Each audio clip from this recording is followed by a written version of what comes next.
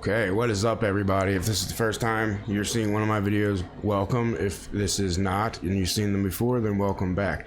So this is just going to be a quick video about dip buying with options. I think there's something happening live right now, which is a perfect example to use, that I have actually have a position as well. And what I'm talking about is IWM, which is the Russell 2000. Many of you are probably familiar with that with your dealings with AMC. So what caught my attention was this ridiculous sell-off here. And if you look at the RSI, it at one point got down all the way down to 11. So I was pretty confident for multiple reasons. One being that RSI, that this was going to turn around and make some sort of attempt at bouncing back. So I decided to open an options position and look at the calls and see how I could use the calls to capitalize on this quick little bounce here. I bought them at 1143, which is this candle here, this breakdown candle. On my chart it's orange, but most people it's probably red. So this candle 1143, that's when I purchased the options. I bought them for 225, and the reason I bought them for 225 is because there's your 225 line. As you can see, it's held above 225 all day long until that gigantic harsh sell-off. I mean, it was down almost 2%, I believe, and for an ETF, that's a lot, especially that, you know, one of these large ETFs like this, that's a big move. And so being extremely oversold, having broken multiple levels of resistance here or support, you got one here that's pretty obvious, 224.50. You have another one, 223.50, and it busted through 224 right here.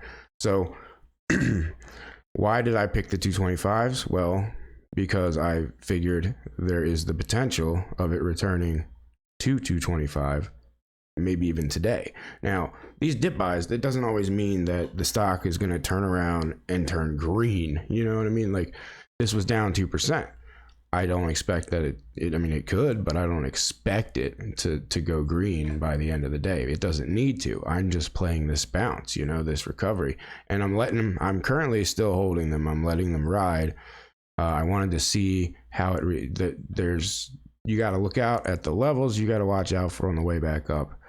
You know, you had this level where it broke down. You want to watch this big candle here. You see, when it broke 224, it had a sharp sell-off. So you're looking at that bounce back up towards 224, where you can see it battled it out for a little while here. And then you've got your one here at 224.5. So I'm just kind of watching it right now to see how it reacts to these levels and seeing how it sold off from all the way. I mean, the high this morning was 226, so it sold off all the way from 226 down to 224.5. I mean 222.5. So that's a huge sell-off in a matter of 30 minutes. Now back here on the 1 hour chart, this support line, I drew this last night. As a matter of fact, I was watching this for a potential for some sort of play just like this. Last night I took a look at the chart and I saw that it had been rejected up here at 230. It made a lower high, and I was looking at it to see where the next support level might be, how far it might fall. And it just so happens that that support line, and I don't even remember why I drew it or you know, where I came up with. I must have done it on the weekly chart here, because if you look at the weekly chart,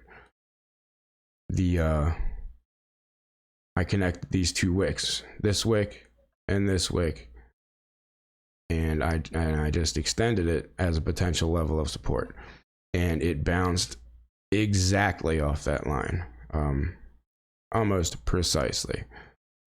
So as it approached after it broke 223, I was looking for an entry. Once it broke below 223, and like I said, the RSI got way down here, so I picked those up. I could have sold them here. I think they were up about 12%, and I was going to, and I actually didn't. And when this broke down, and I still felt like it was gonna, before the end of the day, come back around, so I just held. And they were up about 20% here.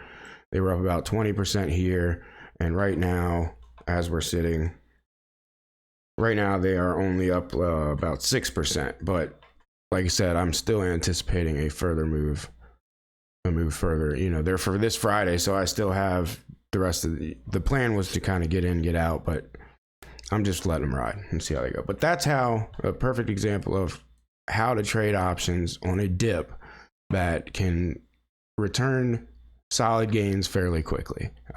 I didn't time it perfectly. I bought early. I thought this bounce here might have held and it just level out and then move, but it came down for this somewhat of a double bottom, at which point I could have added more here, or, you know, I could have sold here, added back, and that would have been a 12% gain. And then from here to here was, I think, about 30%. So very, very good ways to chip away at your portfolio and add to it, you know, chip away in the good sense. So that's all I wanted to cover in this video. I hope it helps some people out. I hope it gives you an idea of how you can use options relatively safely without, you know, risking the biscuit, and make some good gains in just a few minutes if you're able to catch those dips. So I hope you guys are having a good day, and I will catch you in the next one.